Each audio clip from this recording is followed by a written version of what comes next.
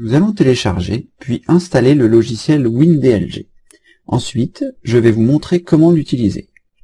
Nous allons nous rendre sur Google à l'aide de notre navigateur habituel. Si Google n'est pas votre page d'accueil, saisissez www.google.fr dans la barre d'adresse qui se trouve en haut, puis appuyez sur Entrée. Dans le champ de recherche, nous allons saisir le nom complet du logiciel pour qu'il soit plus simple à trouver. Nous allons donc taper Data Lifeguard Diagnostic for Windows, puis appuyer sur la touche Entrée du clavier.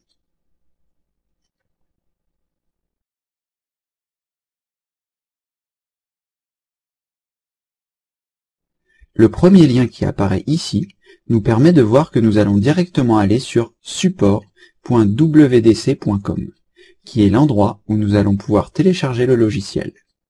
Vous cliquez donc sur le premier lien qui se trouve ici, et nous arrivons sur le site du constructeur. À cet endroit, vous allez simplement cliquer sur Téléchargement, qui se trouve ici, ce qui va nous permettre de récupérer la dernière version du logiciel WinDLG. Nous allons enregistrer le fichier sur le bureau. Si toutefois vous ne savez pas télécharger un fichier, rendez-vous dans la section vidéo annexe à la fin de ce DVD pour apprendre à le faire. Une fois le téléchargement terminé, vous allez pouvoir fermer votre navigateur. Nous retrouvons cette icône sur le bureau qui correspond au logiciel que nous allons utiliser. Il s'agit d'un fichier compressé. J'utilise ici WinRAR pour en extraire le contenu, mais vous avez la possibilité de décompresser votre fichier facilement avec Windows ou d'autres logiciels gratuits comme nous vous l'expliquons à la fin de ce DVD. Nous pouvons maintenant nous rendre dans le dossier contenant le logiciel. Pour lancer WinDLG, vous devez cliquer 2 fois sur cette icône. Si le contrôle de compte utilisateur est actif, cliquez simplement sur Oui pour autoriser le lancement du programme. Nous arrivons ici sur l'application de Western Digital, Data Lifeguard Diagnostic, WinDLG plus précisément, qui est un logiciel très simple d'utilisation, bien qu'il soit en anglais. Pour l'utiliser, il vous suffit simplement de cocher la petite case qui se trouve ici, et de cliquer sur le bouton Next pour continuer. Le logiciel se lance.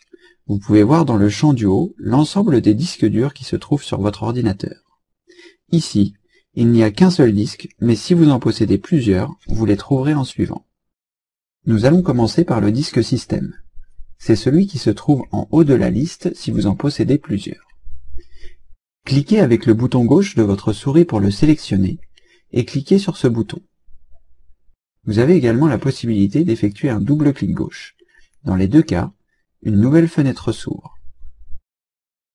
Pour commencer, nous allons réaliser le test rapide de notre disque dur.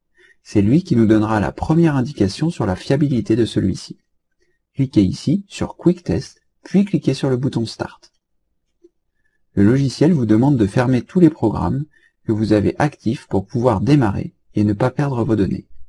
Si ce n'est pas déjà fait, fermez vos applications ouvertes en enregistrant votre travail, puis cliquez sur OK. Nous allons patienter pendant que le test s'effectue. En fonction de la vitesse et de la taille de votre disque dur, le test peut être plus ou moins long. Laissez-le terminer tranquillement sans faire de manipulation. Le test dure en général moins de 5 minutes. À la fin du test, 2 possibilités. Soit vous avez une croix rouge, et dans ce cas, votre disque dur ne peut pas être considéré comme fiable. Il est dans ce cas inutile de procéder au test lent de celui-ci. Nous vous conseillons de procéder aux sauvegardes de l'ensemble de vos données et de prévoir son remplacement dès que possible. Soit vous avez une coche verte avec la mention « Pass ». Dans ce cas, vous pouvez procéder au test suivant appelé « Extended Test ».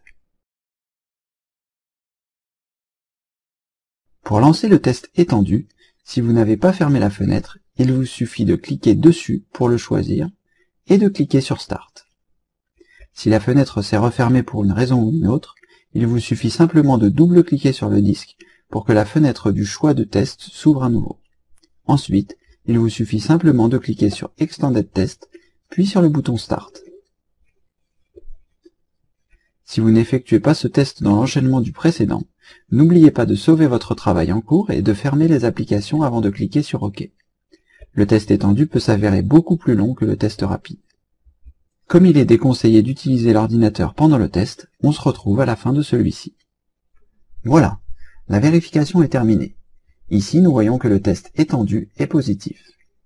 Même cas de figure que précédemment, si vous avez une coche verte, vous pouvez considérer que votre disque dur est fiable. Une coche rouge est à prendre au sérieux. N'oubliez pas de faire des sauvegardes et de prévoir le changement de votre disque dur. Ici, l'examen du disque dur qui fait 500 Go a duré 1h43, mais ce temps peut varier en fonction de la vitesse de votre disque. Vous pouvez maintenant cliquer sur Close pour fermer la fenêtre des tests, puis à nouveau sur Close pour revenir à la page d'accueil du logiciel. Il ne nous reste plus qu'à fermer le logiciel en cliquant sur la croix rouge en haut à droite. Dans la vidéo suivante, nous allons tester la rapidité et le statut de votre disque dur.